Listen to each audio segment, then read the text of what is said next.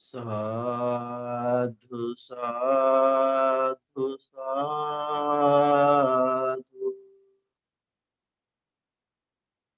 अरहं सम्मा सम्बुद्धो भगवा बुद्धं भगवन्तं अभिवादे। स्वाक्षातो भगवता धम्मं नमामि। सुपटिपन्नो भगवतो सावक संघो संघं नमामि। अहं वन्दामि सर्वदा महाकारुणिक तथागत सम्यक संबुद्ध बोधिसत्व डॉक्टर बाबा साहब अम्बेडकर, इनको प्रणाम करते हुए, धम्म क्रांति को समर्पित रहते हुए इस पवित्र ऐसे शुभ प्रहर में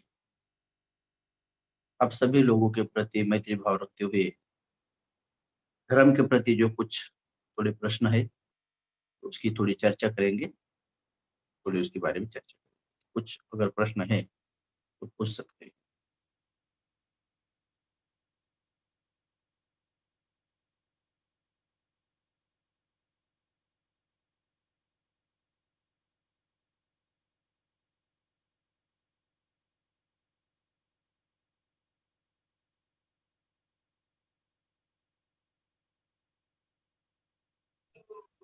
वंदामी बंते जी। मंगल हो।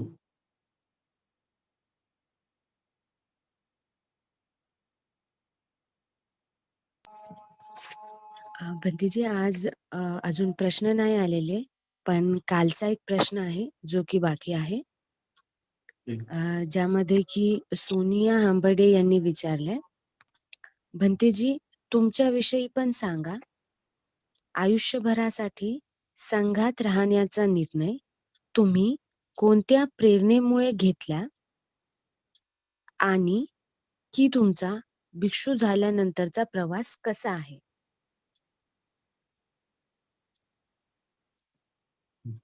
असा प्रश्न विचारलेला आहे त्यांनी.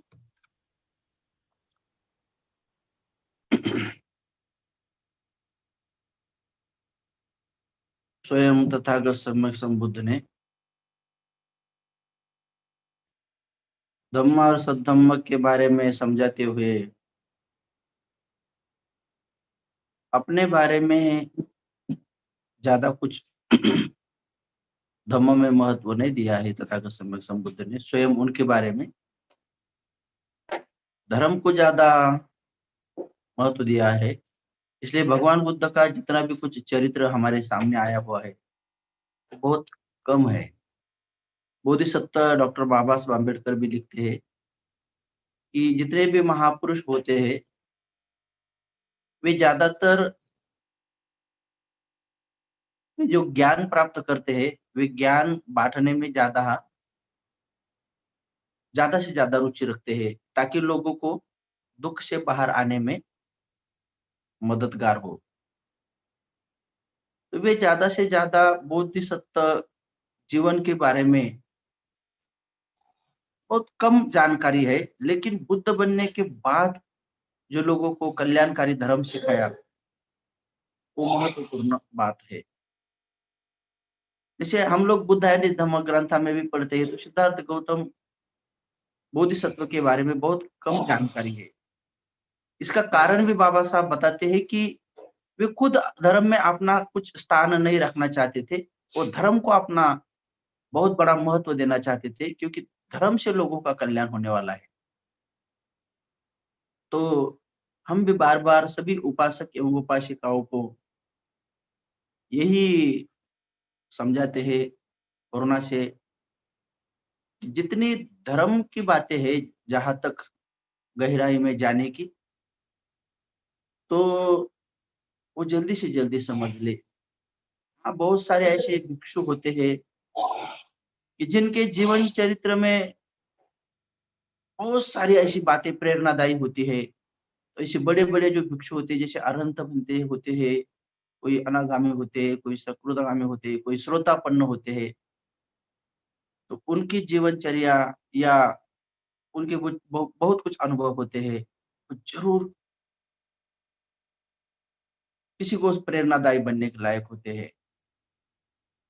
तो ज़्यादा से भारतवर्ष में जितने भी भिक्षु बनते हैं, ज़्यादा से ज़्यादा तो कुछ ना कुछ कारण की वजह से बनते ही हैं। वैसे सम्यक संबुद्ध ने भी भिक्षु जीवन में आने के 8 प्रकार के मार्ग बताए हुए हैं। वो 8 प्रकार के मार्ग, जैसे कि कोई समंदर हो, सागर हो, और उस सागर में जैसे अलग-अलग नदियाँ आके मिल जाती है। लेकिन मिलने के पश्चात वे एक भी नदी ऐसा कोई दावा नहीं करती है कि मैं अभी, या कोई अपना अस्तित्व नहीं दिखाती है समंदर में आने के बाद। अलग से अपना कोई अस्तित्व नहीं, वो समंदर बन जाती है, सागर बन जाती है। वैसे ही जितने भी भिक्षु ये भगवान बुद्ध के पवित्र महाविशालकाय सागर के जैसे संघ में सम्मिलित होते हैं, चले आते हैं, तो वे अपना कुछ अलग ऐसा महत्व नहीं रखते, वो तो संघ का एक हिस्सा होते हैं। तो संघ के बारे में ही, उस समंदर के बारे में, उस रत्न के बारे में ही ज़्यादा बात करते रहते हैं। व्यक्तिगत रूप से श्रद्धा नहीं बढ़नी चाहिए और नहीं बढ़ानी भी चाहिए।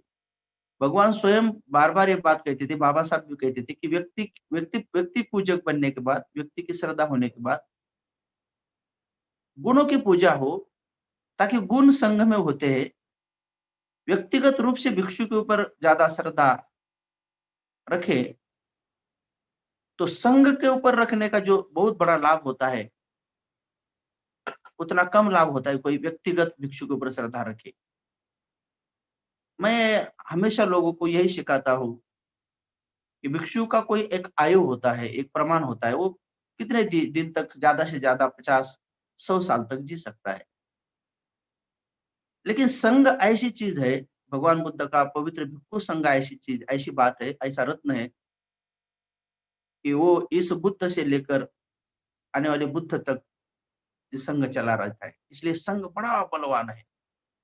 तो हम संघ के एक सदस्य हैं और चाहते हैं कि बार-बार जो पवित्र संघ है, जो सचमुच वो बहुत ही कल्याणकारी है, लोगों के लिए बड़ा पुण्य का क्षेत्र है। संघ है, इसलिए ही लोगों को बुद्ध दिखाई देते हैं, धम्म दिखाई देता है। वे लोगों को पुण्यवान बनाते हैं, कुशल कर्मी बनाते हैं, सत्कर्मी बनाते हैं।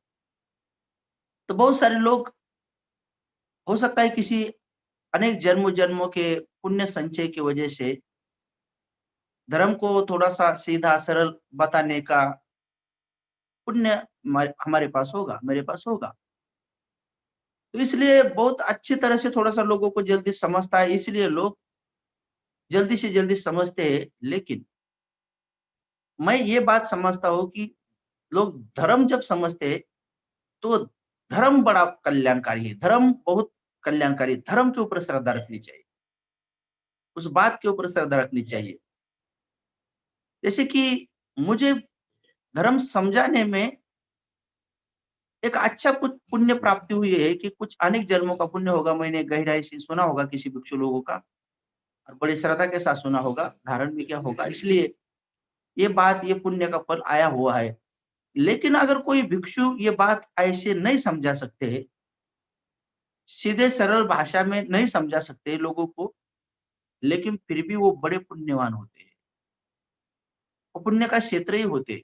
वो चाहे समझाए या नहीं समझाए, किसी को अगर अच्छा प्रवचन भी नहीं आता है, तो इसका मतलब ऐसा नहीं कि कोई भिक्षु को अच्छा प्रवचन आता है, तो वही पुण्यवान होता है और जिनको नहीं आता है वो नहीं होते, ऐसा नहीं होता है, वो भी बड़े पुण्यवान होते हैं। जैसे कि मानो हमारे पूज्य आनंद बोधि महादेव, उन्होंने बाबा साहब को देख लिया है। बाबा साहब को जिन आँखों से देख लिया है, तो हम हर दिन उनके आँखें देखते हैं ताकि इन आँखों ने बाबा साहब को देख लिया है। तो श्रद्धा बाबा साहब के ऊपर हो, भगवान बुद्ध के ऊपर हो, धर्म के ऊपर हो, संघ के ऊपर हो, तो लोगों को हम यही समझाते हैं कि चाहे मैं कितना भी गहराई से धर्म समझाऊँ, लेकिन आनंद बोधि बनते के जैसे महापुण्य का हमारे पास संचय नहीं है, वो तो बड़े पुण्यवान हैं। उनके पास ज़्यादा पुण्य है, उन्होंने बोधिसत्वों को देख लिया है। तो ठीक है, आनंद बोधि बनते जी इतना गहराई से मैं जैसा बताता हूँ वैसा नहीं बता पाते, तो फिर भी वही पुण्यवान है, फिर भी वही पुण्य का क्षेत्र है, सभी लोगों के लिए पुण्य का क्षेत्र है। ऐसे हमारे संघ में बहुत सारे ऐसे भिक्षु हैं कि वो नहीं बोल पाते, लेकिन बहुत भली-भांति धर्म का आचरण करते हैं और जिस जगह से भी अगर वो जाते हैं, जिस जिस गली में भी से जाते हैं, कोई भी अगर उनको देखे, तो लोग हाथ जोड़ते हैं। तो बस लोगों में श्रद्धा जगाते, भले वो बात करे ना करे, प्रवचन दे ना दे। लेकिन अगर भिक्षु किसी के घर में जाकर अगर खाना भी खाए, भोजन भी खाए, तो भी उन लोगों के लिए पुण्य का क्षेत्र होता है। इसलिए सभी ने बिल्कुल संघ का गौरव करना चाहिए। बहुत सारे लोग मुझे फ़ोन करके भी बोलते हैं, पूछते भी हैं कि भंतेजी आप बहुत अच्छा बताते हैं, समझता भी है। हाँ, मैं भी जानता हूँ कि बहुत अच्छा समझते हैं लोग, धारण भी करते हैं, लोगों का कल्याण भी होता है, ये बात सच भी है। लेकिन हमेशा सास को देखते हुए ये बात को सुनना चाहिए और तुरंत समझना चाहिए कि हम अच्छे नहीं बोलते, धर्म अच्छा है। अगर धर्म ना अच्छा होता, तो लोगों का क्या मंगल होता? भले कितने अच्छे बताने वाला हो। लेकिन लाभ तो धर्म की वजह से आते हैं, धारण करने से आते हैं। धारण करे सो धर्म है, वरना पूरी बात। सूरज उगा तो प्रभात है, वो उगना चाहिए, आना दिखना चाहिए, जैसे उगना चाहिए दिखना चाहिए, वरना काली रात। गुरुजी बार-बार समझाते हैं। तो कभी-कभी हमारे बारे में भी बहुत सारे लोग पूछते हैं कि भंते आप इस जीवन में चले आए हो, तो ऐसे क्या कारण है, क्या बात है? तो सच में देखा जाए तो ना घर परिवार का कोई भी सदस्य ऐसे कुछ धार्मिक तो नहीं थे। हमारी माता कोई देवी की आराधना करने वाली थी। हमारे पिताजी भी खंडोबा को मानने वाले थे। उस ऐसे परिवार में हम जन्म लिए। लेकिन बचपन से ही मैं देख रहा था और देख रहा हूँ अभी, अभी बचपन की कभी याद करता हूँ ये और कभी वो बातें सोचता हूँ। सच देखता हूँ, तो ये बात पता चलती है कि मैं बचपन से ही बाबा से पे कुछ गाने गाने बोलते रहता था। मुझे कोई नहीं सिखाता था लेकिन बचपन से आते थे। स्कूल में भी अगर कोई स्वतंत्र दिवस है या गणराज्य दिन है, 26 जनवरी है या 15 अगस्त है, तो उनमें से सम्मिलित होता था। तो भाषण भी देता था कभी-कभी। बचपन में तीसरी चौथी क्लास में भी था, तो भाषण देता था। लेकिन भाषण भी मैं बाबा साहब के ऊपर ही देता था। पता नहीं मैं क्यों देता था, मुझे कोई नहीं सिखाया। क्योंकि मेरी माँ भी नहीं जानती थी, मेरा पिता भी नहीं जानते थे इस बात को। लेकिन मैं बोलता था। बहुत लंबा-चौड़ा भाषण आज के जैसा देता हूँ वैसा नहीं देता था। बहुत छोटा इतना ही बोलता था कि बाबा साहब का जन्म 14 अप्रैल को हुआ, महो गाँव में हुआ और फिर बाबा साहब ने बौद्ध धर्म अपनाया और फिर बाबा साहब मर गए चेलीशंपुर का, ऐसा बोलता था। अब पता ही नहीं था उस समय महाप्रयाण बोलना चाहिए क्या? बस इतना ही होता था छोटा, लेकिन ये कहाँ से सुना था, कि क्या सुना था, अब वो बात नहीं पता। लेकिन बचपन से मुझे बाबा साहब का बड़ा बड़ा अट्रैक्शन रहा है, बड़ा हो रहा है। अनेक जन्मों-जन्मों का वो पुण्य संचय होगा, इसलिए बाबा साहब मेरे लिए बचपन से अ, जैसे मानो कोई आराध्य दैवत रहे हैं, बहुत बचपन से रहे। और जैसे ही 7वीं 8वीं कक्षा में पढ़ने लग जाता है तो फिर तो ज़्यादा गाने बोलने लगते हैं। फिर हमारे जिस गाँव में रहते हैं उस गाँव में भी लोग हर दिन रात को बाबा साहब के गाने वो बोलते रहते थे। फिर हम बच्चे भी सुनने के लिए जाते थे, तो अच्छा लगता था, बहुत अच्छा लगता था। उनमें से कुछ हम भी बोला करते थे।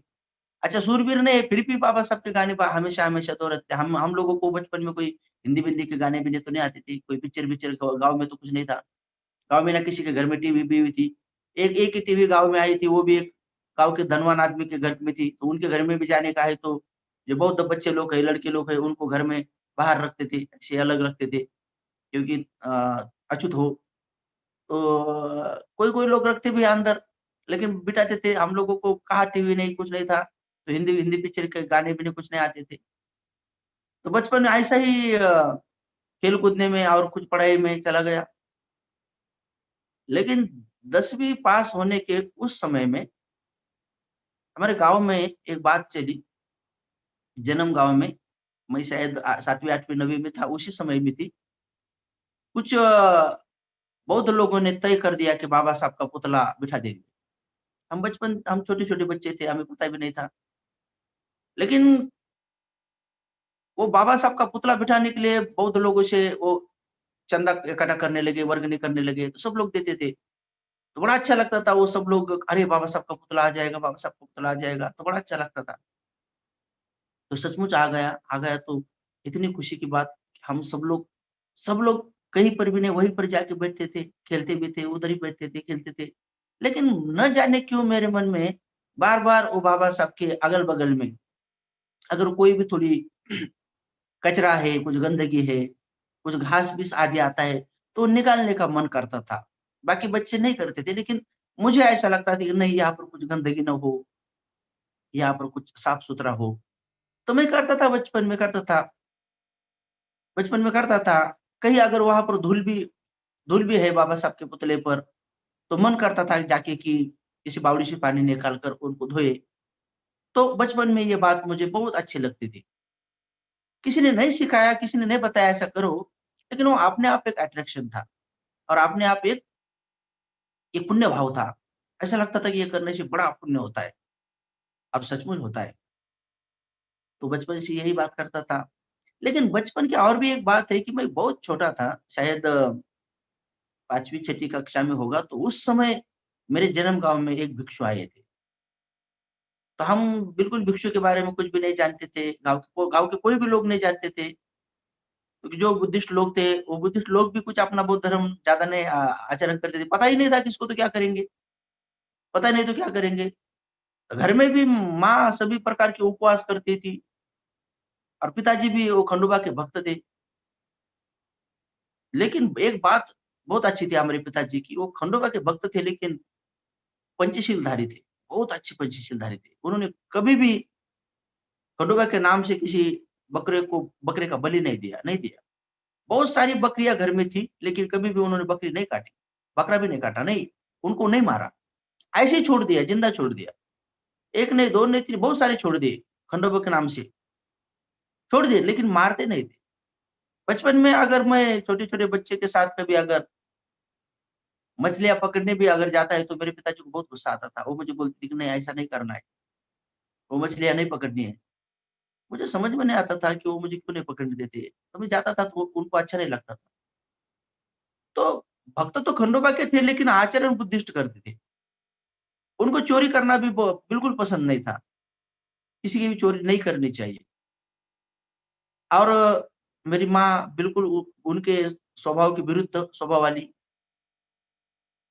मैंने मेरे पिताजी के और घरवाले मेरे माँ के भी मुँह से सुना कि मेरी माँ जिस घर में जन्म ली, ये बात कुछ इतनी इम्पोर्टेंट नहीं है। ये समय आपके लिए कुछ इतना मूल्यवान नहीं कि ये बातें सुनकर आपको कोई धर्म ये हो जाए। लेकिन आपने पूछ लिया तो थोड़ा समय, ये मैं तो समझता हूँ कि धर्म समझने में समय चला जाए। लोगों में मेरा जीवन चरित्र सुनने से इतना कुछ ये महत्वपूर्ण नहीं बात, लेकिन फिर भी थोड़ी-सी बात कह देता हूँ कि मेरी माँ जिस घर में जन्म ली, उस घर में भी बड़ा दरिद्र जीवन था बोलते हैं, बहुत गरीबी थी। लेकिन फिर भी 8 भाई और 3 बहनें, तो इतने 11 बच्चों को सँभालना है। तो सुना है कि हमारे जो दादाजी थे, मेरे माँ के पिताजी थे, वो चोरी करते थे और मेरी माँ को साथ में लेके जाके करते, क्योंकि हमारी माँ सबसे बड़ी है, तो उनको लड़के के कपड़े पहनकर वो यहाँ पर बिठा के वो रात को चोरी करने निकलते थे। तो चोरी भी ऐसी कुछ किसी के पैसे या सोना-नाना नहीं चोरते थे। वो खेती में जाके जो खाने वाली चीज़ें होती है, वो चुरा के लाके फिर रात को बच्चों को खिलाते थे, ऐसी मेरी माँ कहती है। इसलिए वो उनका स्वभाव चोरी करने वाला हो गया, क्योंकि पिता के साथ चोरी करती है रात को जाके। तो फिर मेरे जैसे ही मेरे पिताजी के साथ उनका ब्याह हुआ, तो फिर अभी उनका चोरी का स्वभाव है। मेरे पिताजी को चोरी बिल्कुल पसंद नहीं है, बिल्कुल पसंद नहीं है। बहुत अच्छे स्वभाव वाले हैं, अभी भी दोनों भी ज़िंदे हैं। तो जहाँ कहीं भी मेरी माँ जाती है, किसी के खेत में भी जाती है, ये शादी होने के बाद भी, तो चोरी करके कुछ ना कुछ लाती थी घर में। तो मेरे पिताजी ने उनका पूरा स्वभाव चेंज कर दिया कि नहीं, ऐसा नहीं करना है। तो धीरे-धीरे जैसे मेरे जितने भी भाई-बहन हैं, बड़े-बड़े हैं, सबसे छोटा मैं हूँ। तो मेरे माँ के थोड़े-थोड़े दुर्गुण सब में छोटे-मोटे आए हुए हैं और मैं सब छोटा हूँ तब तक मेरे माँ के भी दुर्गुण कम हुए थे। हमारे पिताजी ने उनके दुर्गुण कम किए थे। हमारे पिताजी का ऐसा स्वभाव है कि मानो कोई खेती में भी और कहीं दुकान से भी अगर थोड़े पैसे ज़्यादा आए, गलती से अगर कोई दुकानदार से पैसे अगर ज़्यादा आते हैं, 10 5 रुपए या 50 पैसा भी अगर ज़्यादा आता है, तो मेरे पिताजी मुझे वापस करने के लिए कहते थे, कि जाओ वापस करके आओ। मुझे बड़ा गुस्सा आता था बचपन में, कि 50 पैसे ज़्यादा आए हैं ना, खुशी की बात है, रखो ना। हम छोटे-छोटे भाई-बहन हमारे पिताजी को ये करते थे कि इनको कुछ समझता नहीं, 50 पैसे ज़्यादा आए तो रखना चाहिए।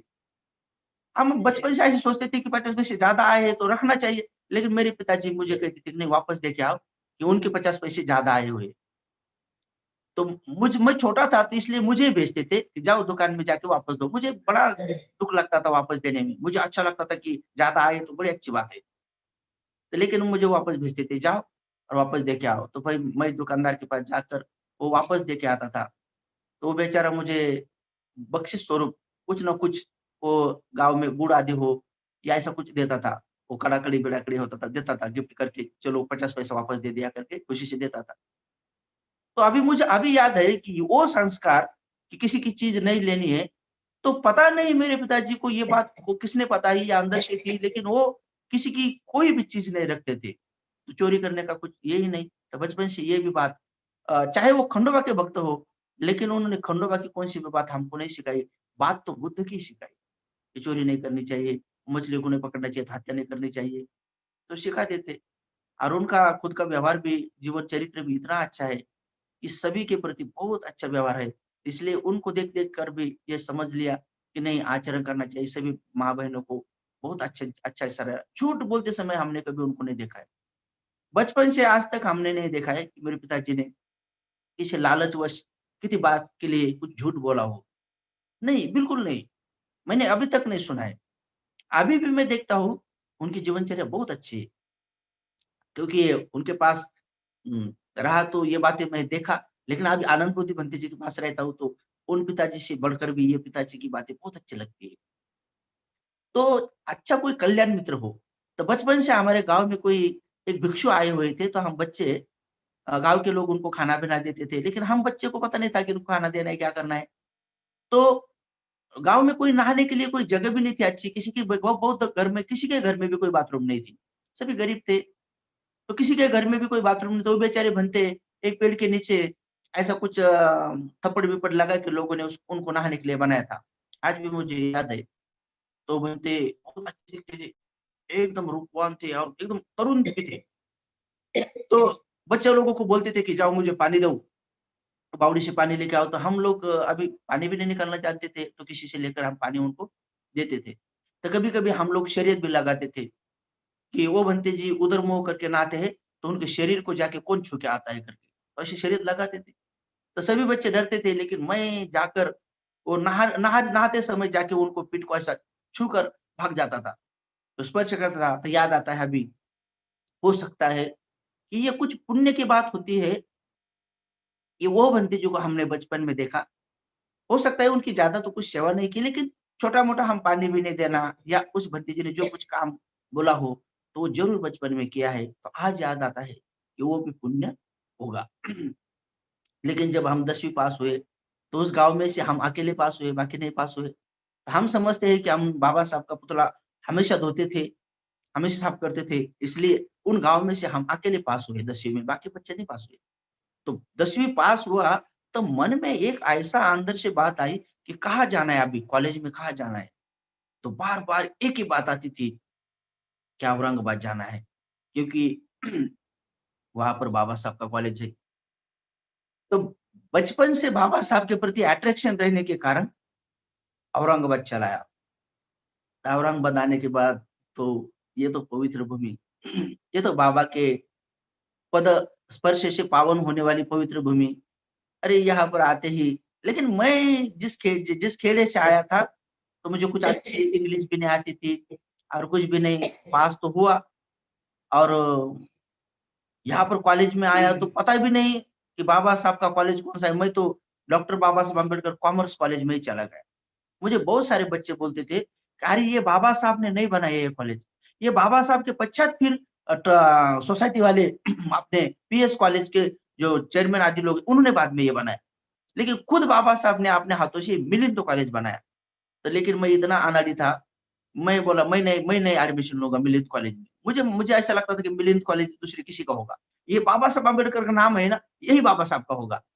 बचपन में नहीं समझता था कि बाबा साहब अपना नाम क्यों देंगे, ये तो बाद में बन गया।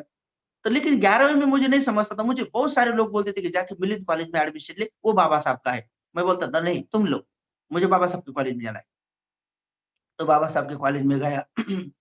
तो मुझे इतना भी नहीं आता था कि मैं कौन-सा आर्ट लूँ या कॉमर्स लूँ या क्या करूँ, कुछ भी नहीं पता नहीं था। कोई बताने वाले भी कोई नहीं थे, बताने वाले भी कोई नहीं थे। ऐसे जिस खेड़े गाँव से आया था तो कुछ नहीं। तो जो लोग एडमिशन के लिए बैठे, जो टीचर लोग, वो टीचर लोगों की एक विशेषता थी या कॉलेज के प्रोफेसर लोगों की विशेषता थी। अपने-अपने विषय में वो एडमिशन करना चाहते थे, कि ताकि अपने विषय में ज़्यादा बच्चे हो। इसलिए मुझे देखकर उन्होंने देख लिया ये खेड़े गाँव से आया हुआ है, उसको कुछ समझता नहीं है। मैं इधर-उधर देख रहा था, एडमिशन कैसा करना है पता ही नहीं। तो मेरे गाँव का एक पहले यहाँ पर लड़का था, वो बेचारा जानता था एडमिशन कैसे करना है, वो जाके प्रॉस्पेक्ट लेके आया और मुझे बोला कि देख मैं ये प्रॉस्पेक्ट लिखता हूँ, तब तक तू जाके वो सर के अटेस्टेड लेकर के। तो मैं अटेस्टेड ये क्या बात होती है ये भी मुझे पता नहीं था। वो जल्दी बोल के निकल गया। निकल गया मैं वैसे ही मेरे डॉक्यूमेंट हाथ में लेकर मैं ऐसे ही खड़ा हूँ। वो जाके प्रॉस्पेक्ट भर के भी आया, आकर आकर मुझे बोलने लगा, "ये तूने अटेस्टेड लाई क्या?" तो मैं उसको धीरे से बोला कि देख, पहले मुझे बोल तो सही कि अटेस्टेड क्या होता है? तो फिर वो हँसकर बोला कि "अरे बावले, वो जो प्रोफ़ेसर बैठे हुए हैं ना, तो उनके पास जाके ये तेरे डॉक्यूमेंट की जो ज़ेरॉक्स है, वो ओरिजिनल है, इसके ऊपर उनकी साइन ले, उसको कहते हैं अटेस्टेड।" तो मैं बोला फिर मुझे बोलना अटेस्टेड, मैं तो अब तक 10-15 साइन लेता था। तो इतना इतना था कि अटेस्टेड तक नहीं समझता था कि क्या बात होती है एडमिशन की। फिर वो उन्होंने एडमिशन करके दिया। वो सर ने ज़बरदस्ती मुझे कॉमर्स दे दिया। मुझे नहीं पता था कि कॉमर्स लेना है, तो कॉमर्स ले लिया। तो एडमिशन लेने के बाद चला गया गाँव में, बच्चे पूछते थे कौन-सा एडमिशन लिया? तो मैं बोलता कॉमर्स में, कौन-से विषय है? तो याद भी नहीं कौन से विषय, उन्होंने लिख के दिए। तो वो पर्ची की जेब में से निकाल के पढ़ के बताता कि ये अकाउंटेंसी है, ये है, वो है। लेकिन बाद में आगे चलकर सचमुच आया, पढ़ने लगा, तो 11वीं में, 12वीं में बहुत अच्छा समझने लगा कि कॉमर्स बहुत अच्छा होता है। तो बहुत अच्छे खासे मार्क भी आए, फिर आगे चलकर सोचा कि मैं बीकॉम करके, एमकॉम करके कुछ सीए बन जाऊँ। सीए बन जाऊँ, लेकिन अच्छे खासे फ्रेंड भी मिले। यहाँ पर आने के बाद बहुत अच्छा होता है। जैसे 10वीं पास हुआ, 11वीं में आया, तो 11वीं में आते-आते यहाँ पर पूज्य विशुद्धानंद बोधि महाथेरो बार-बार 10 दिन के शिविर बनाते थे। तो पूरे औरंगाबाद में पता चलता था कि भिक्षु बन गए। तो मुझे भी 12वीं में मन हुआ कि मैं भी जाके भिक्षु बनूँ, 10 दिन के लिए बनूँ। तो जाके उनके पास, ये बहुत बड़ी लंबी स्टोरी है, थोड़ी लेकिन शॉर्ट में बताता हूँ, कि जाके उनके पास मुझे ऐसा मन हुआ कि जाके 10 दिन का शिविर लेना चाहिए, तो उनको जाके प्रणाम करता हूँ। और बोलते हम भी सम्मिलित होना चाहते हैं, तो बोलते जाओ चाटी करके लेके आओ, कल आओ करके। फिर हम भी मुंडन करके उनके पास चले जाते हैं। तो 12वीं पास होते ही हमने बा बा वे शिविर में सम्मिलित हुए। तो 10 दिन में शिविर से बाहर निकलने का हमारा मन नहीं हुआ, तो हम कम से कम 2 महीने तक रहे। 2 महीने तक शिविर में ही रहे, मुझे बहुत अच्छा लगता था, कि अरे ये कितना अच्छा जीवन है। लेकिन फिर भी बाद में एग्ज़ाम थी, तो वो हमारे सर टीचर लोग कहने लगे कि तुम्हारा सेंटर दूसरे कॉलेज में होता है, वहाँ पर ही अगर तुमको दिखेंगे, तो स्पष्ट दिखाई देगा तुम भिक्षु है। तो वो लोग जातिवाद से हो सकता है तुम्हें स्ट्रिक करेंगे। मैं बोला ठीक है, मैं तो चीटिंग-वीटिंग कुछ करता नहीं था। तो लेकिन एग्ज़ाम के लिए हमको केवल 2 महीने में निकालना पड़ा। लेकिन बाद में एक और भिक्षु मिल गए, जो अभी भी है, पूज्य अभयपुत्र जी है करके। फिर वो छोटे-छोटे बच्चों को वंदना सिखाते थे। तो वो मुझे लेके जाते थे कि जाओ इन बच्चों को वंदना सिखाओ। तो मैं भिक्षु नहीं था, गृहस्थ था, फिर भी थोड़ी बहुत वंदना आती थी। तो क्लास लेता था, यहाँ पर 50 बच्चे, वहाँ पर 100 बच्चे, उनको व वंदना सिखाता था। और वंदना सिखाते-सिखाते घर-घर में जाके ₹1-1 रुपया माँग के उनको तो कुछ चॉकलेट, बिस्किट भी खिलाता था। तो बड़ा अच्छा लगता था कि मैं बौद्ध धर्म के बारे में उनको कुछ समझाता हूँ। कुछ आता नहीं था मुझे ज़्यादा, 2-3 गाथाएँ याद आती थी, लेकिन मैं सिखाता था।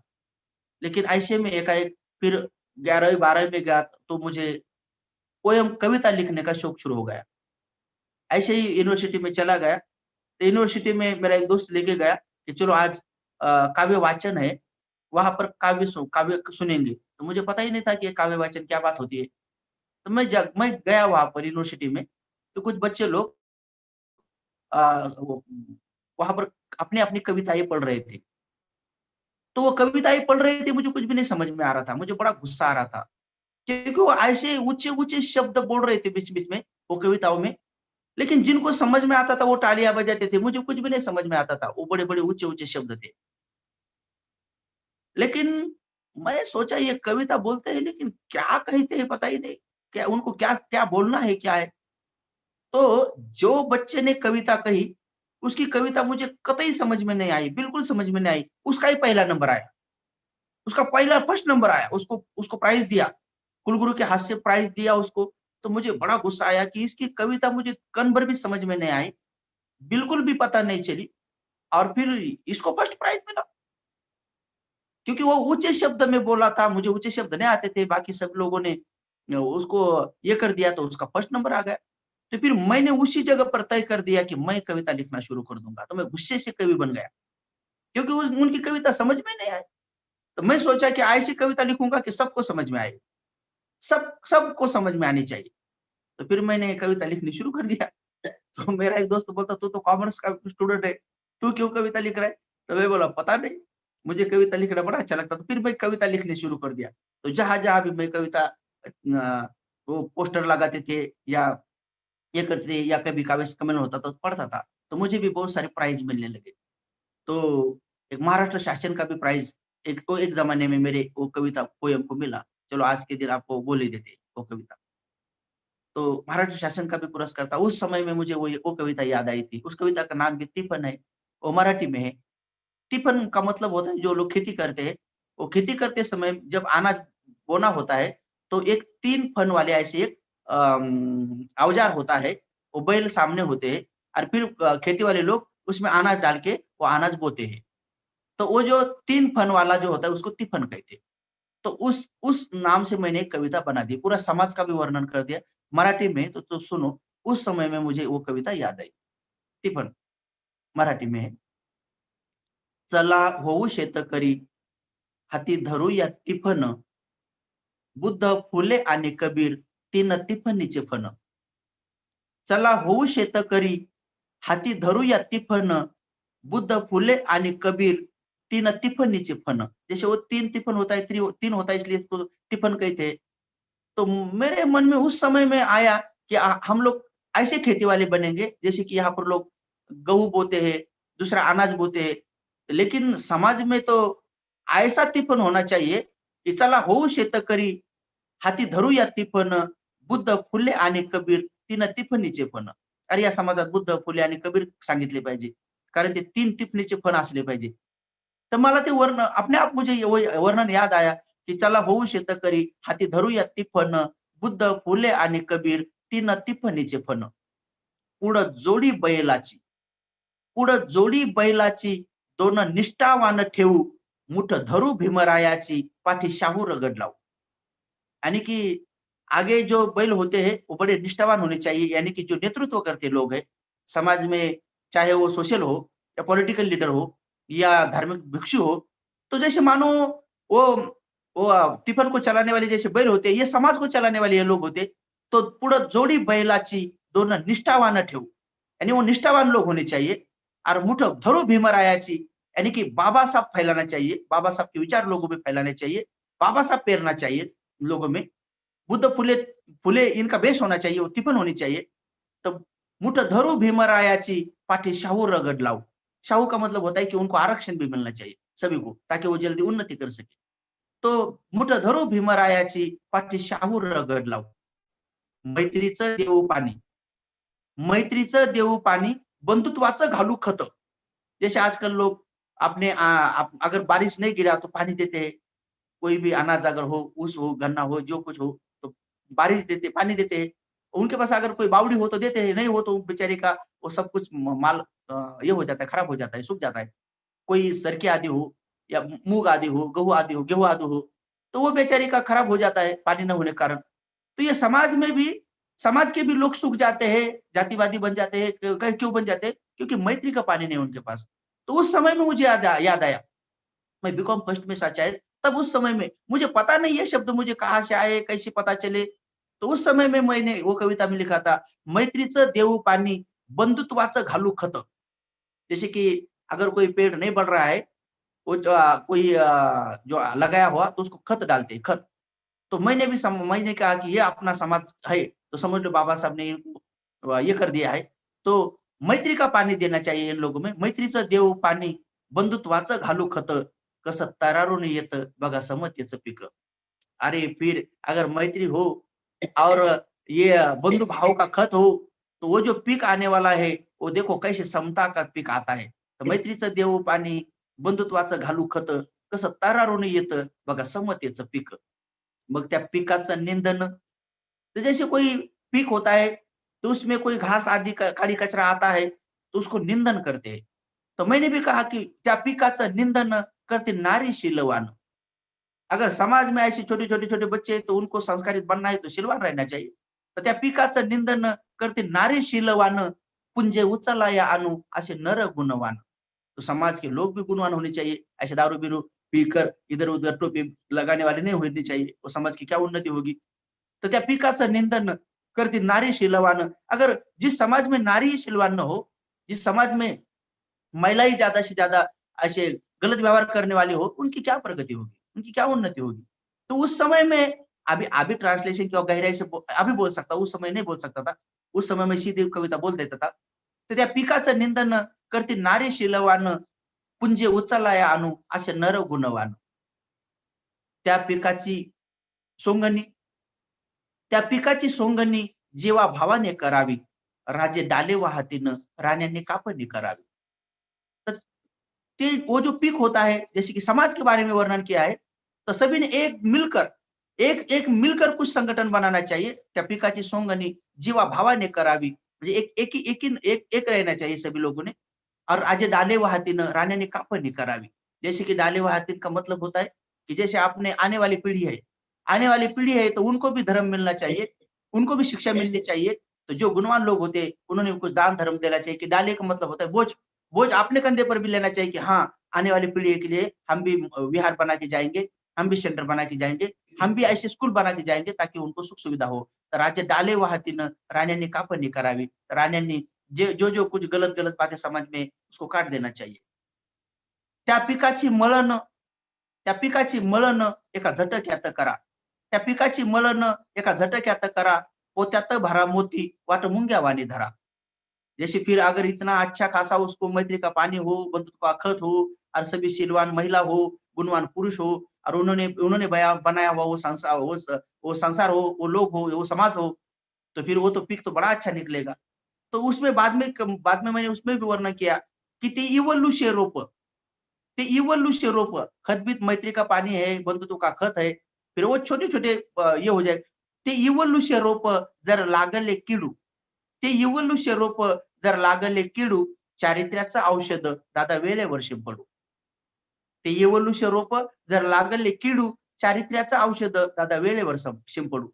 अगर अपने समाज में छोटे-छोटे बच्चे ही ऐसे कुछ दुराचार की बातें करने लगे, अगर ऐसे ऐसे कुछ करने लगे, तो तुरंत उनको चारित्र्यवान बनाना चाहिए. वो औषधी वो उसको उपमा दी मैंने, की चारित्र्याचं औषध दादा वेळेवर शिंपडू. ते इव्होल्यूशन रोपं जर लागले कीड़ू. छोटे-छोटे बच्चे भी आजकल पिक्चर देखते हैं, वो देखते हैं, कुछ बॉयफ्रेंड, गर्लफ्रेंड कैसे भी रखते हैं. तो ये समाज का इतना वातावरण बिगड़ गया है, तो बूढ़े-बूढ़े लोग और सभी लोग उसको और उसको ये करते हैं। उनको सदाचारी बनाने के लिए काम कोई नहीं कर रहे। सदाचारी बनाने के लिए कोई काम नहीं कर रहे। दुराचारी बनाने का आयोजन हो रहा है। देखो कैसा आयोजन हो रहा है। कोई साकरपुडा अगर है, तो कोई हल्दी-बिल्दी घर की है, तो उस समय में ऐसे गंदे-गंदे गाने लगा देते हैं और छोटे-छोटे बच्चों को बोलते नाचो। फिर वो तरुण लड़का-लड़की नाचते रहते हैं, बूढ़े सो जाते हैं। फिर वो ऐसे गाने लगा देते हैं, ये देखो संस्कार उनके। अपने घर के बर्थडे देखो कैसे हो रहे, डांस के साथ हो रहे। अपने घर के गृह मंगल पर के समय पे की भी देखो कैसे हो रहे। अपने घर के शादी-ब्याह भी देखो कैसे गाने के साथ कैसे गंदे-गंदे गाने के साथ हो रहे, तो संस्कार तो बड़े खतरनाक डाल रहे. तो ये वो इव्होल्यूशन रोपं जर लागले किडू, चारित्र्याचं औषध दादा वेळेवर शिंपडू. आणि त्या निळ्या नाभाखाली. मग त्या निळ्या नाभाखाली पिकं लागेना हो डोलू. अगर इतना अच्छा है, मैत्री का पानी है, बंधुत्व का खत है, अगर वो चारित्रहीन होने वाले हैं तो तुरंत उनको चारित्र का औषध उनको देने वाले हैं, तो वो तो पीक तो बड़ा अच्छा आएगा, वो समाज तो बड़ा अच्छा बन जाएगा. तर ते इव्होल्यूशन रोपं जर लागले किडू तर चारित्र्याचं औषध दादा वेळेवर शिंपडू. मग त्या निळ्या नाभाखाली, मग त्या निळ्या नाभाखाली पिकं लागे न हो डोलू. मग त्या समाजामध्ये मग डॉक्टर बनतील, इंजिनियर बनतील, वकील बनतील, मोठे प्रोफेसर बनतील, मोठे जज बनतील, अरे मोठे पॉलिटिकल लीडर बनतील किंवा मंत्री बनतील. मग ते पीक खूप चांगलं डोलू लागल. मग त्या निळ्या नाभाखाली पिकं लागे न हो डोलू, तेव्हा राहावे सावधान, नासाडी करती न भालू. भालू का मतलब होता डुक्कर. जंगली डुक्कर होते. तर तेव्हा सावधान राहिलं पाहिजे. ते बाकीचे भालू त्या पिकाची काय करतील? नासाडी करून टाकतील. अच्छा खासा समाज हुआ, तो फिर इधर से पैसे देंगे, इधर से पैसे देंगे, इधर कांग्रेस में आओ, ये भाजपा में आओ, इधर आओ, उधर आओ, उधर आओ. फिर तुमको इधर-उधर घुमा के ये अच्छा खासा बना हुआ समाज को क्या करेंगे? नासाडी कर देंगे. तो नासाडी तो हो रही है, नासाडी तो दिख रही है. तो कविता को मैं देखता हूँ तो वो तो मुझे तो याद आता है कि ये तो हो रहा है. वो तो समाज तो कोई लीडर पैसे के मारे और पद के मारे उधर जा रहा है, कोई इधर जा रहा है, इधर जा रहा है, सामाजिक सोशल वाले लोग भी देखो इधर-उधर जा रहे हैं. फिर कौन बचा के रखेगा इस बात को? तो मुझे याद आया वो कविता का बात की त्या निळ्या नाभाखाली पीक लागे न हो डोलू, तेव्हा राहावे सावधान, नासाडी करती न भालू. त्या पिकाची मलन एका झटक्यात करा. पोत्यात भरा मोती, वाट मुंग्यावानी धरा. पोत्यात भरा मोती यानी कि जो अपने बच्चे होंगे, वो डॉक्टर भी होंगे लेकिन सिलवान भी होंगे, इंजीनियर भी होंगे लेकिन सिलवान भी होंगे, जज भी होंगे लेकिन सिलवान भी होंगे, वकील भी होंगे लेकिन सिलवान भी होंगे. तो वो कहते हैं मोती, वो कहते हैं मोती. तो वो आने वाली जो पीढ़ियाँ होती है वो अपना पीक है, अपना अनाज है, धान है. तो वो कैसे होनी चाहिए? मोती की जैसी होनी चाहिए.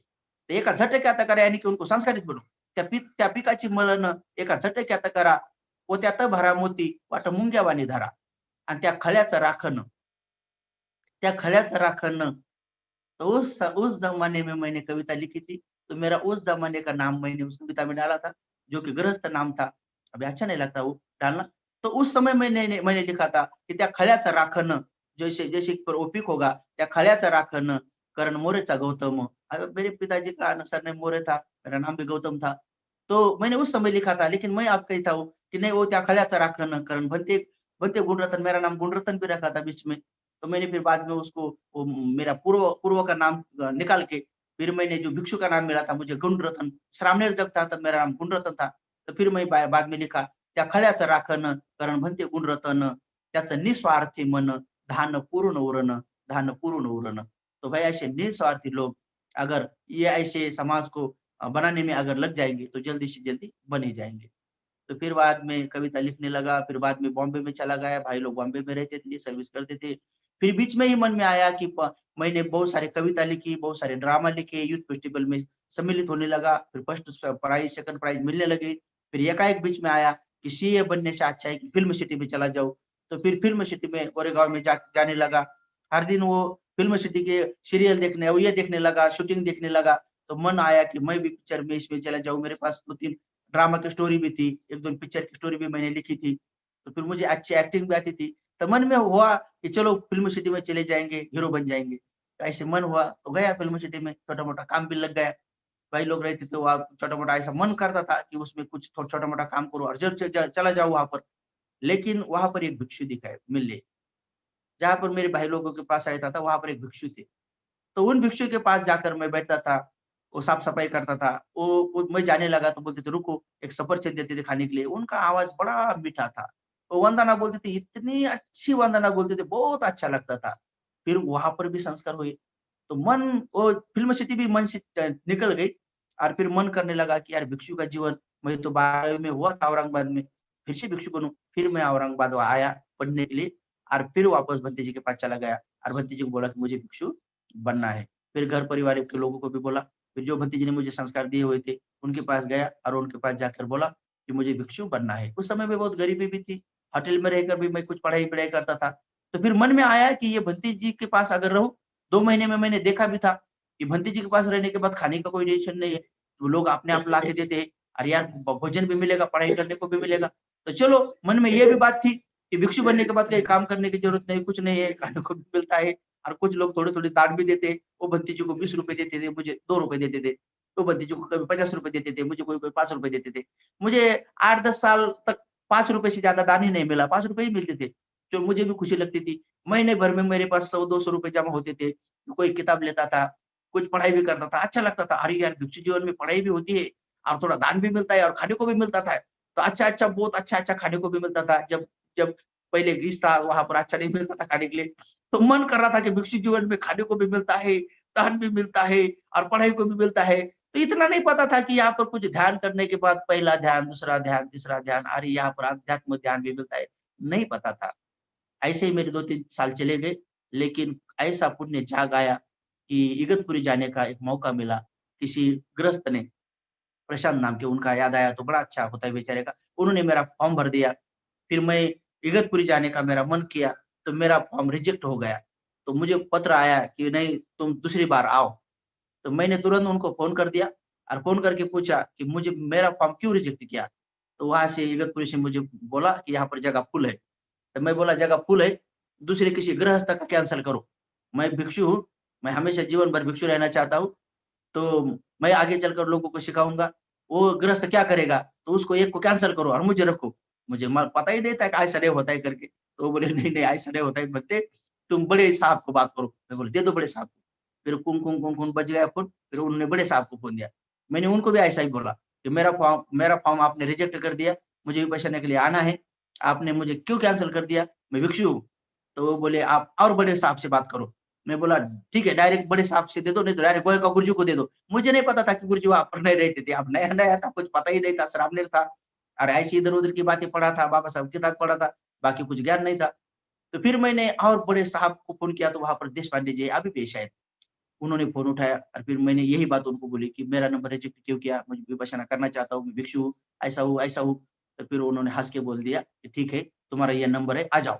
मुझे नंबर दे दिया। मैंने ऐसे फ़ोन कर कर के नंबर लगाया, तो फिर मुझे बोले कि आ जाओ। तो फिर आने के पहले मुझे बोल दिया क्या-क्या लेके आना है, तो मैं सब कुछ लेके गया साथ में। वो बैटरी भी लेके गया, छाता भी लेके गया, वो कंबल भी लेके गया, ताट ग्लास भी लेके गया। जहाँ पर जितना कुछ लिखा था वो सब कुछ लेके गया। 2 दिन पहले गया। 2 दिन पहले गया इगतपुरी में। तो 2 दिन पहले गया तो भिक्षु लोगों के निवास में मुझे रखा, एक सेवक भी दिया। वो सेवक को बताया कि इनको दिखाओ कैसे-कैसे। तो बेचारा मुझे 2-3 दिन पहले गया, इसलिए सब कुछ दिखा रहा था मुझे यहाँ पर ये होता है, यहाँ पर ये होता है, यहाँ पर ये होता है। तो सब जगह वो दिखाने लगा और फिर मैं ज़्यादा बात करता था। तो वो सेवक मुझे बार-बार कहता था कि बंदे आप आपका शिविर अच्छा होगा, अच्छी बात है, लेकिन आप बात बहुत करते हैं। मुझे पता नहीं आप मौन धारण करोगे कि नहीं करोगे? मैं पूछता था मौन क्या होता है? तो वो बोलता था चुपचाप बैठना पड़ता है, बात नहीं करनी पड़ती है। मैं बोलता एक भी शब्द नहीं बोलने का? तो बोलते नहीं बिल्कुल नहीं बोलने का, बात ही नहीं करने का। मैं बोला बाप रे! 10 दिन तक बिना बात करे रहने का। अच्छा मुझे मैं ठीक है रहूँगा, रहूँगा। फिर आगे वो समझाता था बेचारा, यहाँ सब जगह पर मुझे घुमाता था। क्योंकि वहाँ पर कोई नहीं थे, मैं और वही थे, कोई लोग आए नहीं थे 2 दिन पहले। फिर वो सेवक बड़ा अच्छा है, वो बोले भंतेश जी तुम्हारा कितने शिविर हुए? क्योंकि उनका उस समय में 60 डे भी हुआ था, उनका 60 डे हुआ था और वो बोल रहे थे भंतेश जी मेरे 60 डेज़ हो गए। तो 60 साल का भी शिविर किया सॉरी 60 दिन का भी मैंने शिविर किया। तो मैंने बोला मेरा पहला शिविर है। तो वो बेचारा कहने लगा पहला शिविर है? मैं बोला हाँ, पहला ही है। और तो फिर मुझे बोला अच्छा मौन धारण करो और भंते एक बात ज़रूर करना। मैं बोला कौन-सी? तो बोले आपने गुरुजी जो-जो बातें बोलते हैं वो पूरी बातें जैसी की वैसी सुनना और जैसे वैसे करना। मैं बोला बिल्कुल मैं जैसे को वैसा ज करूँगा। और फिर शाम को गुरुजी के प्रवचन होते हैं। तो गुरुजी के प्रवचन होते हैं, तो उस समय में प्रवचन ज़रूर सुनना, प्रवचन को नहीं छोड़ना। तो मैं भी इधर प्रवचन देता था, श्रावणीर बन गया था तो इधर-उधर जाके देता था पंडित जी के साथ में। तो मुझे लगा वैसे ही प्रवचन होंगे वहाँ पर भी। तो मैं उनको बोलने लगा कि कोई बात नहीं, मैं गुरुजी के प्रवचन ज़रूर सुनूँगा और अगर मुझे मौका मिला तो मैं भी बोलूँगा। मैं उनको बोला, वो इतना हँसने लगा, बहुत बेचारा ऐसे ज़मीन पर लेट-लेट कर हँसने लगा। मैं बोला क्यों हँस रहे हो? तो क्यों हँस रहे हो? मैं बोला सच में अगर चांस मिल गया तो मैं भी प्रवचन दे दूँगा। हुँ? तो फिर वो हँसने लगा, नहीं पंडित जी ऐसा मत करो, यहाँ पर आपको प्रवचन देने का नहीं, गुरुजी का चुपचाप सुनने का। अब मुझे पता ही नहीं था कि ऐसा होता है करके, मुझे लगा वो स्टेज भी डालते होंगे, लोग आते होंगे, माइक पे घोंगे लगाते होंगे जैसे इधर लगाते, तो वैसे प्रवचन होगा तो मैं भी दे दूँगा। अगर मुझे मौका मिला तो मैं भी 10-15 मिनट बोलूँगा। तो वो बेचारा हँस-हँस के मुझे बोलने लगा कि ऐसा नहीं करना करके। फिर पहला ही दिन हुआ, एडमिशन हुआ और विपश्यना में मैंने शुरुआत की। ओह! बड़ा कल्याणकारी धर्म मिला। और अच्छा हुआ मेरा जन्मदिन भी उसी समय था, मुझे शिविर भी मिल गया, गुरुजी स्वयं आ गए, गुरुजी स्वयं आके विपस्सना सिखा दी, तो बड़ा कल्याण हुआ, बड़ा मंगल हुआ। उस महापुरुष को मैंने आँखों से देखा, उनके साथ रहकर ध्यान किया। तो फिर बाद में शिविर किए तो ये कल्याणकारी धर्म मिला। तो फिर बाद में श्रीलंका चला गया, एक भिक्षु मुझे श्रीलंका लेके गए, फिर कुछ दिन के बाद थाईलैंड भी गया, कुछ दिन के बाद मैं बर्मा और मलेशिया भी गया, फिर ऐसे अलग-अलग देशों में जाके थोड़ा बहुत देख लिया, कल्चर भी देख लिया, मन किया कि बाबा साहब का बड़ा उपकार है। तो जीवन में ये लोगों को भी सिखाना चाहिए, इधर साथ-साथ पढ़ाई भी करने लगा, साथ-साथ धर्म प्रचार भी करने लगा, जहाँ पर भी धम्म परिषद होती है, तो हर जगह पर घूमने लगा। लेकिन धर्म के गहराइयों को देखकर मैं ये यहाँ पर नहीं चला आया, पता नहीं कौन से जन्मों का पुण्य था, ये खींचा चला आया, इतना कुछ पता भी नहीं चलता था, ऐसा लगता था खाने को मिलता है, थोड़ा बहुत दान भी मिलता है, अपना पढ़ाई भी होता है, सब कुछ होता है। ऐसा एक मन में भाव था, तो भगवान बुद्ध कहते हैं कि भिक्षु बनने के लिए कोई लोग 8 बातों से आते हैं, लेकिन समंदर बनना चाहिए उन्होंने। तो कोई-कोई लोग खाने-पीने के लिए आते हैं, कोई पैसा कमाने के लिए आते हैं, कोई अपनी बीवी के साथ झगड़े-बिगड़े होते हैं इसलिए आते हैं, कोई ज़्यादा बीमारियाँ होती है इसलिए आते हैं, कोई गुनाह करते हैं उधर तो वो छुपाने के लिए चिवर में चले आते हैं। तो कुछ लोग अपने ऊपर बहुत कर्जा होता है, तो इसलिए वो करने के लिए आते हैं। तो भगवान सम्यक संबुद्ध कहते हैं कि जो 8वाँ प्रकार जो का आदमी जो होता है, जो 8वें प्रकार का होता है, वो भिक्खु यो हवे दहरो भिक्खु यु जंति बुद्ध शासने, सो इमं लोकं पकासेति अब्बामुत्तो वचंदिमा। वो पहली प्रहर में यानी कि पहले आयु में तरुण-तरुण जब होता है, ऐसी उम्र होती है उनकी, पहली प्रहर होती है, उस अवस्था में वो आता है और खुद का भी कल्याण करता है, औरों का भी कल्याण करता है। तो वो पूनम के चाँद की तरह खुद चमकता है, औरों को भी चमकाता है।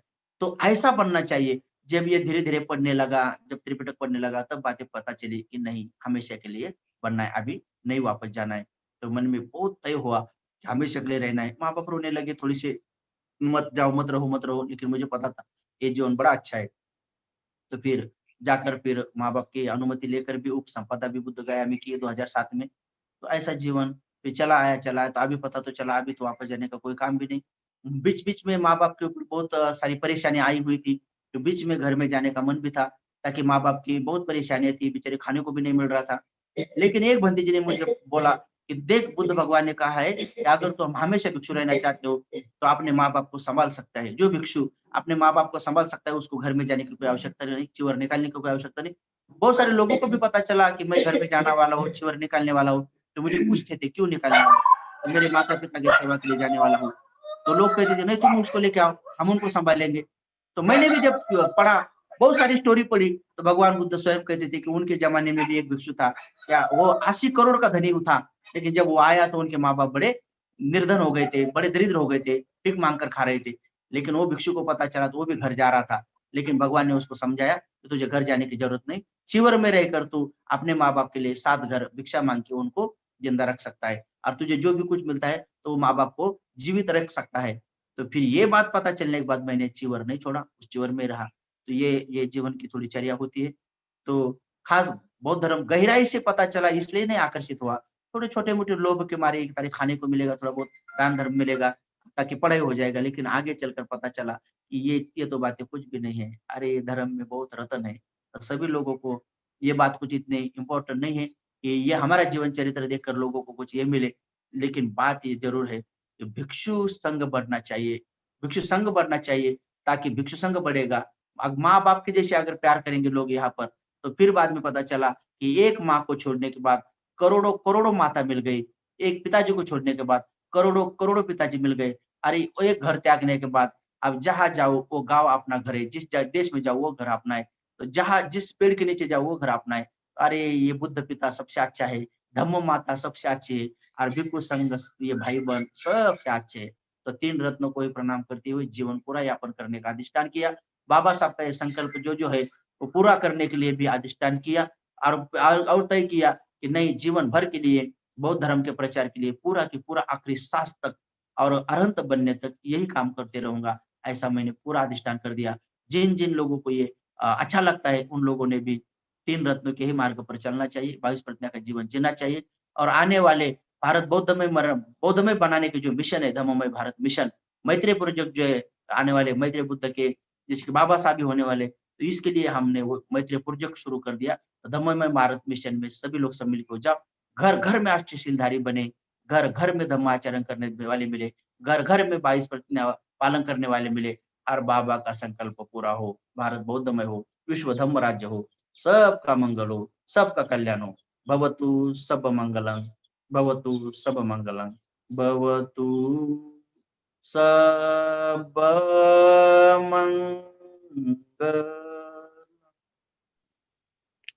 साधु साधु साधु। वंदामी बंती जी, सुखी हो. बंती जी, आज एक याचिका आली आहे सुनीता कानिंदे यांची. त्यांनी लिहिलंय, माझ्या भाच्याचा सुधांशूचा वाढदिवस आहे, भंतेजी आशीर्वाद द्यावा. मेरे अर्जित पुण्य में भाग सुधांशु का हुए।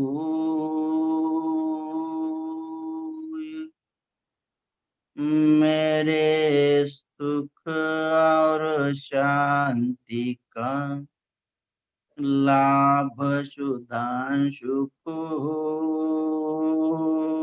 होए। तीनों रत्न के पुण्य बल से सुधांशु निरोगी होए। आगे चल कर कदम कदम पर धर्म राह पर होए। बोधिसत्वों के पुण्य बल से माता पिताओं के पुण्य बल से खुद के अर्जित पुण्य बल से सभी साधक साधिकाओं के मैत्री बल से सुधांशु को जन्मदिन मुबारक हो। इस पुण्य के पुण्य बल से भावी जीवन सुखी हो। सबका मंगल हो, ये सबका कल्याण हो, ये सबका मंगल हो।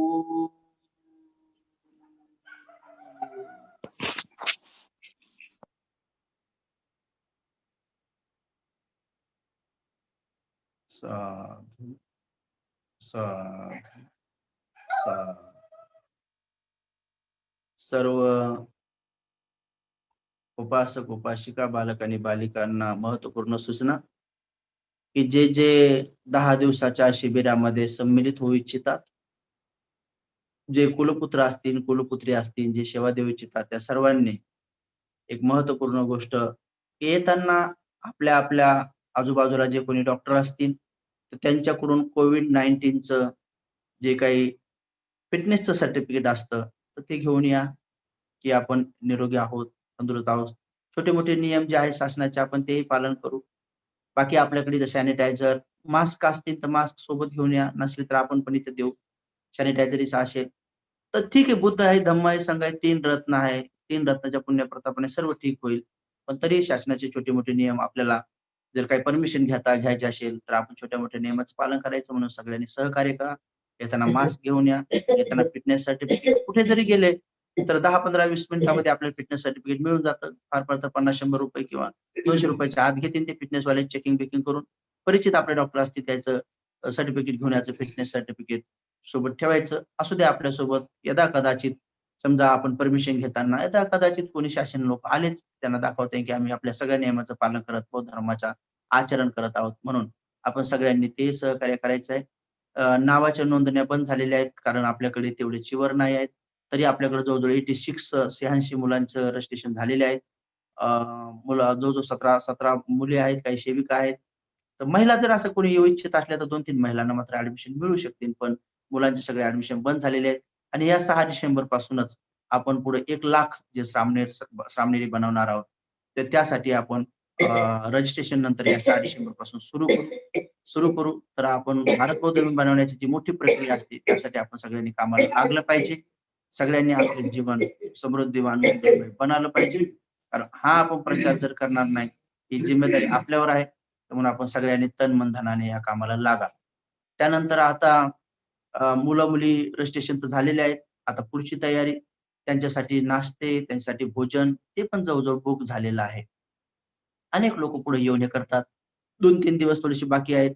जर कोणाला असं वाटलं नाश्त्याचे, तर आपण ऑनलाईन सुद्धा अ, दान पुण्य पाठवून त्यांच्या भोजनासाठी म्हणा, त्यांच्या अल्पोपहारासाठी म्हणा, त्यांच्या फलाहारासाठी म्हणा किंवा संध्याकाळी दुधातील लिक्विड देऊ त्यासाठी म्हणा किंवा आपण ते तसं दान पुण्य करू शकता. आणि 6 डिसेंबरच्या दिवशी जो आपण कार्यक्रम आयोजित करणार आहे, त्या दिवशी भिक्खू संघ येणार आहे मोठ्या प्रमाणात. त्या दिवशी भिक्खू संघाचं बी भोजन असतं, उपासकांचं पण भोजन असतं. तर 6 डिसेंबरच्या भोजनासाठी वाटल्यास आपण साखर दान करू शकता, वाटल्यास आपण तेलाचा डबा दान करू शकता, वाटल्यास आपण गहू दान करू शकता, वाटल्यास आपण रवा दान करू शकता, वाटल्यास तुम्ही दानाची राशी पाठवू शकता, वाटल्यास प्रत्यक्ष काही वस्तू इथे घेऊन येऊ शकता जर औरंगाबादमधून कोणी असेल तर. कारण बाबासाहेबांचे आपण लेकरं आहोत. म्हणून एकटा एक व्यक्ती जर म्हटला, की सगळं भोजन मी देतो, तर आपण ते स्वीकारत नाहीत. कारण की बाबासाहेब रमाबाईला म्हटले होते राजरत्न मेल्यावर, की राजरत्न मिळताना रडले, रडले आणि मग म्हणे, "रामू, तुला आणि मला काही 4-5 लेकराचा आई-बाबा व्हायचं नाही. कोटी-कोटी लेकरांचा आई-बाबा व्हायचंय." तर मी असा विचार करतो, की कोणी दुसरा व्यक्ती, साधारण व्यक्ती जरी मरण पावला, दारू पिणारा जरी मेला, तर त्यांची मुलं त्यांच्या नावानं 5-50 लोकांना जेवू घालतात. भंतेजीरी बोलून पुण्याचं अनुमोदन करतात. एवढा आपल्या मोठा पिता यांनी महाप्रयाण केलं, तर त्या पिताच्या नावानं सुद्धा आपण दरवर्षी भोजन दान पण केलं पाहिजे, संघदान पण केलं पाहिजे, ध्यान पण केलं पाहिजे, परित्राण पाठ पण केलं पाहिजे. बौद्ध धर्माचं आचरण करून कृतीत्मक बाबासाहेबाला श्रद्धांजली अर्पण केली पाहिजे. अशी वर नाही केली पाहिजे. कृती केली पाहिजे दानशील समाजाची. म्हणून आपला 6 डिसेंबरचा पूर्ण कार्यक्रमच सकाळीच 5 ते 6 ध्यान असेल, 6 ते 6:15 पर्यंत अष्टशील प्रदान असेल. 6:15 नंतर 6:30 ते 7:30 पर्यंत नाश्ता असेल. 7:30 नंतर 8 ते 10 वाजेपर्यंत महापरित्राण पाठ असेल.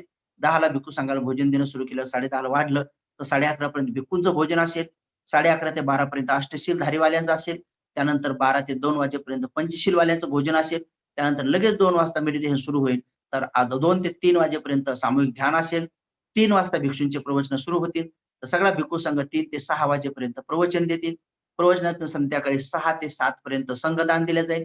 यावर्षी कांबळी, स्वेटर, टोप्या हे सगळं दान द्यायची इच्छा आहे. तर ज्यांना असं वाटतं आम्ही पण कांबळीचं दान देतो. एका कांबळीचं, 2 कांबळीचं, जास्तीत जास्त 5 कांबळे देऊ शकता. कोणी उपाशिका मला म्हटले, की म्हणते, "जी 50-50 मी एकटीच घेऊन देते." नका म्हटलं, "तुम्ही एकटे नका. बाबा सगळ्यांचे होते, सगळ्यांना पुण्य करू द्या." म्हणून ते पण तुम्ही करू शकता. स्वेटरचं बी दान देऊ शकता. प्रत्यक्ष स्वेटर बी देऊ शकता. पैसे स्वरूपात पाठवू शकता. आम्ही ते एक साथ घेऊ. तर म्हणून 6 डिसेंबर दिवशी संघदान होईल. संध्याकाळी 6 ते 7 वाजेपर्यंत चालेल आणि 7 वाजता सुंदर रथ सजवून ज्याच्यामध्ये बाबासाहेबांची पवित्र अस्थी ठेवून आपण तो रथ बराबर या श्रावस्ती बुद्ध विहारापासून रॅली निघेल. तर ती बरोबर बोधी वृक्षापर्यंत जाईल, जिथं मिलिंद कॉलेजच्या पुढे बोधी वृक्ष आहे. तिथं जाईल. तिथे 108 दीपांनी बोधी वृक्ष सजवलेला असेल. 108 दीपांनी त्या बोधी वृक्षाची आपण पूजा करू.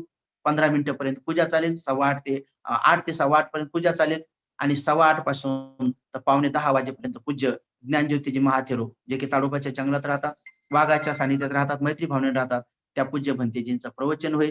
आणखी मी 2 भंतेजींच्या कॉन्टॅक्टमध्ये त्यांची जर तारीख मिळाली, विनरक्षिता भंतेजी आहेत. आणखी पण दुसरी एक सुगतानंद भंते जे आहेत, ज्यांच्या संदर्भात तर अनंत झाले म्हणून अशी चर्चा सुरू आहे. तर मी त्यांच्या बी कॉन्टॅक्टमध्ये आहे. जर त्या भंतेजीची तारीख मिळाली होऊ शकते, ते पण आपल्याला प्राप्त होतील. नाही मिळाली तर ज्ञानज्योती भंतेजी हो म्हटले. त्यांच्यासोबत बोलणं झालंय. ज्ञानज्योती भंतेजी दरवर्षी येतात. ते कुठे असेल तरी विमानाने मी त्यांना घेऊन येतो. होऊ शकतं कोणाला असं वाटलं की ज्ञानज्योती भंतेजी कुठून विमानाने घेऊन यायचे. तर जसं आमच्याकडच्या बऱ्याच उपासिका आहेत. साध्यवाही त्यांनी 2-3 वेळेस त्यांचे तिकीट काढून दिले. तर कोणी जर असं वाटलं तर कोणतं बी पुण्य तुम्ही खेचून घेऊ शकता. मंडपासाठी देऊ शकता, पाण्यासाठी देऊ शकता. सर्व हे बाबाच्या नावानं पुण्य करण्याची सगळ्यांना खुली संधी आहे. कोणालाही काय असा विरोध नाही. इथे येऊन प्रत्यक्ष सेवा देऊ शकता, इथे येऊन प्रत्यक्ष डोळ्याने पाहू शकता. सब कुछ जैसा है वैसा ही है. जैसा कहा जाता है वैसा ही वहां पर होता है. कुछ भी गलत नहीं होता है. सब कुछ अच्छा होता है. म्हणून ते सुंदरशी तिथे रॅली होऊन नंतर 9:45 पर्यंत प्रवचन चालेल आणि 9:45 ते 10 वाजेपर्यंत मंगल मैत्री होऊन हा 6 डिसेंबरचा कार्यक्रम समाप्त होईल. याची सर्वांनी नोंद घ्यायची आहे. त्यानंतर जे 27 तारखेला जे श्रामणेर शिबिर सुरू होणार आहे, श्रामणेरीचं सुरू होणार आहे. त्यासाठी आणखी काय नियम आहेत. तर जेवढे मुलं आहेत त्यांनी मुंडन करून घरूनच यायचं आहे. मोठे असतील तर दाढी-मिशी करून यायचं आहे घरूनच. आणि मुलींना जर असं वाटतं घरून नाही आपल्याला मुंडन करता येत, तर मुलींना जर वाटतं की इथे येऊन मुंडन करायचं आहे, तर आपण एक भिक्षुणी पण बोलावली आहे. त्यांनी इथं आल्यानंतर पण थोडं लवकर यायचं आहे. कारण सकाळी-सकाळी थोडंसं केस कपलविधी जर इथं झाला, मुलांचं मुंडन केलं जाणार नाही. त्यांनी घरूनच करून यायचं. कारण आपण किती जणांचं करणार या ठिकाणी. खूप वेळ तिच्यात जातो. तर म्हणून मुंडन करून या. मुलीसुद्धा घरून मुंडन करून द्या. खूप चांगली गोष्ट आहे. नाही आले तर कदाचित त्याचं मुंडन करू आणि त्यानंतर ठीक 4 वाजता आपला श्रामणेर विधी सुरू होऊन जाईल. 4 ते 5 वाजेपर्यंत तो श्रामणेर विधी चालेल. 5:30 पर्यंत त्यांना आशीर्वाद होईल आणि संध्याकाळी 6-6:30च्या दरम्यान 7च्या आत त्यांना संध्याकाळचा अल्पोपहार दिला जाईल. म्हणून औरंगाबादच्या सगळ्या लोकांनी 27 तारखेलाच जे आपण दरवर्षी ठरवतो तशा पद्धतीने फलाहार आणि अल्पोपहार त्यांना आणायचा आहे आणि 28 तारखेला मग सकाळी बरोबर 4 वाजता त्यांना उठवल्या जाईल. 5 वाजता 5 ते पावणे 6 पर्यंत त्यांना हे ध्यान शिकवलं जाईल. ध्यानामध्ये सहभागी होतील. 6:30-6:30 पर्यंत सूत्रपाठ होईल. नंतर 7 वाजता त्यांचा नाश्ता होईल. 7च्या नंतर नाश्ता झाल्याच्या नंतर मग त्यांना अंघोळीला सुट्टी केल्या जाईल. 9-9:30 पर्यंत अंघोळ होईल. मग 1 घंट्याचा त्यांना क्लास दिला जाईल, वंदना शिकवली जाईल. मग बरोबर 10-10:30ला जिथं कुठं भोजन आहे, त्यांना रॅलीमध्ये घेऊन त्या भोजनाच्या ठिकाणी जाईल. तिथं 12 पर्यंत भोजन होईल. तिथल्या लोकांना पंचशील देऊन, प्रवचन शिकवून 1-1:30 वाजता वापस विहारात येतील. 1 ते 2:30 पर्यंत ते झोपतील. 2:30 वाजता पुन्हा थोडंसं ध्यान करतील. नंतर 5-6 वाजेपर्यंत त्यांना शिकवल्या जातं. नंतर मध्ये सुट्टी होते. संध्याकाळी 6-6:30ला त्यांना संध्याकाळचा अल्पोपहार असतो, फलाहार असतो, खिचडी आदी असते. ते झाल्यानंतर त्यांना 9 वाजेपर्यंत शिकवलं जातं आणि 9 वाजता त्यांना सुट्टी होते. 9च्या नंतर ते झोपायला सुट्टी होते आणि मुलं-मुली सेपरेट शिकायला एकत्र बसतात विहारात. मुली एका साइडनं बसतात, मुलं एका साइडनं बसतात. पण राहण्याची व्यवस्था संध्याकाळी 6 वाजले तर मुलींना आम्ही ज्या ठिकाणी दुसरीकडे विहार आहे, तिथं सेपरेट 3 रूम आहेत. 2 रूममध्ये होणाऱ्या श्रामणेरी राहतील. एका रूममध्ये ज्या सेवा देतील त्या राहतील. ज्या की आई-बाबाच्या शेती विकण्यातून जे मी तिकडे बनवलेलं आहे, तिच्यामध्ये आम्ही राहण्याची व्यवस्था करतो. तिथे सगळं टॉयलेट, बाथरूम सगळी व्यवस्था आहे. मुलींची सेपरेट राहण्याची व्यवस्था आहे. चिंता करू नये, की आपण मुली पाठवत आहोत, तर त्यांची खूप तुमच्यापेक्षा जास्त काळजी आम्हाला आहे. आणि तिकडं मुलीची सेवा देण्यासाठी सुद्धा महिलाच असतात. एकदम आमच्याकडे महिला बी अशा 2-4 जबर आहेत, की तिकडं चुकूनही कोणी भिरकत नाही. तिकडच्या सगळ्या लोकांना पण माहीत आहे, स्ट्रिक्ट आहे, की तिकडं त्या विहाराच्या दारावरून सुद्धा कोणी पुरुष मंडळी भिरकत नाही. त्यांना माहीत आहे, की माझं शासन खूप कडक आहे. त्यामुळं मुलींच्या संदर्भात चिंता करू नये. त्या तुमच्यापेक्षाही जास्त तुम्ही जेवढी काळजी करणार नाही, त्याही पेक्षा जास्त त्यांची काळजी केल्या जाईल. आणि छोटा-मोठा सोशल डिस्टन्सचा काय तो आपण समजदार आहे. आपण आपल्या सगळ्या नियमाचं पालन करायचं आहे. बाकी प्रत्येक गोष्टीकडे लक्ष भिक्षूने किती देण्याचा प्रयत्न केला, तर जे समजदार आहेत, मुली किती झाल्या तर त्यांना श्रामणेरी बनवण्यात काही वाईट नाही. कारण की त्या खूप छान राहतात. मुलं थोडेसे बंड प्रवृत्तीचे असतात, तर थोडेसे पळतात-बिळतात त्यांच्यावर थोडं लक्ष द्यावं लागतं, सांभाळावं लागतं. जसं शेळ्या-मेंढ्या सांभाळाव्या लागतात. पण जे मोठ्या-मोठ्या वयाचे होतात ते बिचारे खूप चांगले राहतात. म्हणून ह्या सगळ्या खाटाटोपामधून त्यांना रोज अंघोळीसाठी इथं गरम पाणी केलं जातं. पातेलं इथं मस्त आमच्याकडे भरपूर लाकडी-बिकडी आहेत. त्यांना सकाळीच अंघोळ करण्यासाठी पाणी काही मुलं-मुलं बोरच्या पाण्याने अंघोळ करू इच्छितात. ते बी गरम-गरम लागतं. मुलींना सुद्धा तिकडे पातेल्यात ठेवून त्यांना पण गरम पाण्याची व्यवस्था केली जाते. सगळी सुविधा आहे. ₹1 सुद्धा त्याचा चार्जेस नसतो. काही पैसे भरायचे नाहीत. चिवर घ्यायचे, काही दान राशी द्यायची आवश्यकता नाही. सगळं हे दानात चालतं. सगळे लोकं हे दानात करतात आणि म्हणून आपण सगळ्यांनी बौद्ध धर्माचा प्रचार, बुद्धाचे वचनं असे काही फी घेऊन नसतात, तर ते दान स्वरूपाचं असलं पाहिजे सगळं. हां, इतरांना दान देता येतं.